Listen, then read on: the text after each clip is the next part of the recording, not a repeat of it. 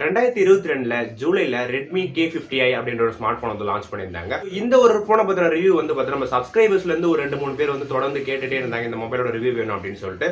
So அவங்களுக்காக தான் இந்த வீடியோ. சோ Redmi k50i இந்த மொபைலோட டிசைன் வந்து பார்த்தீங்கன்னா நம்மளுக்கு பேக்ல வந்து ஒரு பேண்டோம் ப்ளூ அப்படின்னு சொல்ற கலர் வந்து கொடுத்திருக்காங்க. சோ இந்த ஒரு கலர் வந்து பார்க்க வந்து நல்ல ஒரு பிரீமியமான லுக்கா இருக்கு. சோ மத்த ஒரு 2-3 கலர் இருக்கு. சோ அந்த கலரை பத்தி பேசுற அளவுக்கு பெருசா எதுவும் இல்ல.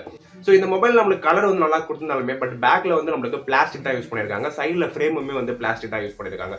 சோ இந்த பட்ஜெட்ல இப்ப இருக்க போன்ல வந்து பார்த்தீங்கன்னா நம்மளுக்கு கிளாஸும் கொடுத்திருக்காங்க, வேகன் லெதர் ஃபினிஷும் வந்து கொடுத்துட்டு வராங்க. இந்த மொபைல் டிஸ்பிளே அப்படின்னு வந்து பார்த்தீங்கன்னா நம்மளுக்கு 6.6 இன்ச்சஸ்க்கான ஒரு full HD plus LCD panel use பண்ணிருக்காங்க வித் டால்பி விஷனோட. நம்மளுக்கு இந்த டால்பி விஷன் கொடுத்ததுனால வந்து பார்த்தீங்கன்னா நம்மளுக்கு எல்சிடி பேனல்லே இது வந்து கொஞ்சம் பெட்டரா இருக்கும். ஆனா நம்மளுக்கு AMOLED அளவுக்கு வந்து வராது. இந்த மொபைல்ல நம்மளுக்கு 144 ஹெர்ட்ஸ்க்கான ரெஃப்ரெஷ் ரேட்டும் வந்து கொடுத்திருக்காங்க.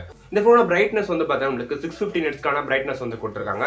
நம்ம இன்டோர்ல யூஸ் பண்ணக்குள்ள நல்ல ஒரு பெட்டரான ஃபீலா இருக்கும். பட் அவுட்டோர்ல யூஸ் பண்றீங்க அப்படின்னா கொஞ்சம் வந்து பிரைட்னஸ் கம்மியா இருக்க மாதிரி தான் இருக்கும். இந்த மொபைல் நம்மளுக்கு HDR10 சப்போர்ட்டும் வந்து கொடுத்திருக்காங்க. இந்த மொபைலோட ப்ரொடக்ஷன் வந்து பார்த்தீங்கன்னா நம்மளுக்கு Gorilla Glass 5 ப்ரொடக்ஷன் வந்து கொடுத்திருக்காங்க.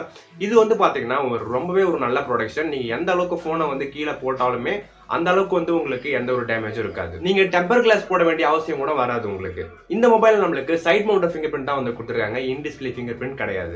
இந்த மொபைலோட சிப்செட் அப்படின்னு வந்து பார்த்தீங்கன்னா உங்களுக்கு Dimensity 8100 வந்து கொடுத்திருக்காங்க. இது வந்து பாத்தீங்கன்னா ஒரு 5nm கான சிப்ன்றதுனால உங்களுக்கு பேட்டரியோட கன்சப்ஷன் ரொம்பவே கம்மியா தான் இருக்கும். சிப்போட பெர்ஃபார்மன்ஸ் அப்படின்னு வந்து பாத்தீங்கன்னா நீங்க எந்த அளவுக்கு ஹை கிராஃபிக்ஸ் கேம் விளையாடினாலுமே சரி உங்களுக்கு எந்த ஒரு லேக்குமே நீங்க பார்க்க முடியாது. அதே மாதிரி நீங்க எத்தனை மல்டி டாஸ்கிங் வேணாலும் பண்ணிக்கலாம், உங்களுக்கு எந்த ஒரு லேக்குமே இந்த போன்ல இருக்காது. நீங்க ஹை கிராஃபிக்ஸ் கேம் விளையாடக்குள்ள உங்களுக்கு ஒரு ஸ்மூத்தான ஃபீல் கொடுக்கும். இந்த போனுடைய பேட்டரி அப்படின்னு வந்து பார்த்தீங்கன்னா ஒரு 5080 mAh ஒரு பேட்டரி வந்து கொடுத்திருக்காங்க. இதை சார்ஜ் பண்றதுக்கு நம்மளுக்கு 67 வாட்க்கான ஃபாஸ்ட் சார்ஜிங் சப்போர்ட்டும் வந்து கொடுத்திருக்காங்க. இந்த ஒரு சார்ஜரை யூஸ் பண்ணி நம்மளால 50% சார்ஜ் வந்து ஜஸ்ட் 15 மினிட்ஸ்ல வந்து பண்ணிக்க முடியும்.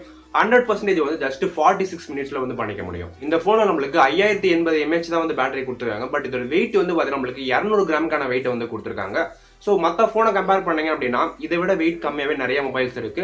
இதை விட பேட்டரி mAh அதிகமாகவும் இருக்கு. இந்த மொபைலோட கேமராஸ் அப்படின்னு வந்து பாத்தீங்கன்னா நம்மளுக்கு ரியர்ல வந்து 64 மெகா பிக்சலுக்கான பிரைமரி சென்சர் வந்து கொடுத்திருக்காங்க, 8 மெகா பிக்சலுக்கான வைட் ஆங்கிள் வந்து கொடுத்திருக்காங்க, 2 மெகா பிக்சலுக்கான மேக்ரோவும் வந்து கொடுத்திருக்காங்க.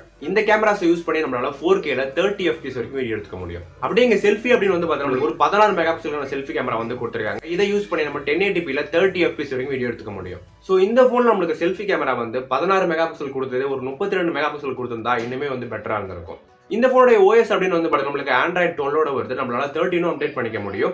அதுக்கப்புறம் நம்மளுக்கு MIUI 14 வருது. சோ இந்த மொபைல்ல நம்மளுக்கு 2 வருஷத்துக்கான OS அப்டேட் வந்து கொடுத்திருக்காங்க, 3 வருஷத்துக்கான செக்யூரிட்டி பேட்சும் வந்து கொடுத்திருக்காங்க. இந்த மொபைலோட ஸ்டோரேஜ் அதுக்கப்புறம் RAM வந்து பார்த்தா நம்மளுக்கு RAM வந்து 6GB RAM 128GB ஸ்டோரேஜ்ல வந்து அவைலபிளா இருக்கு.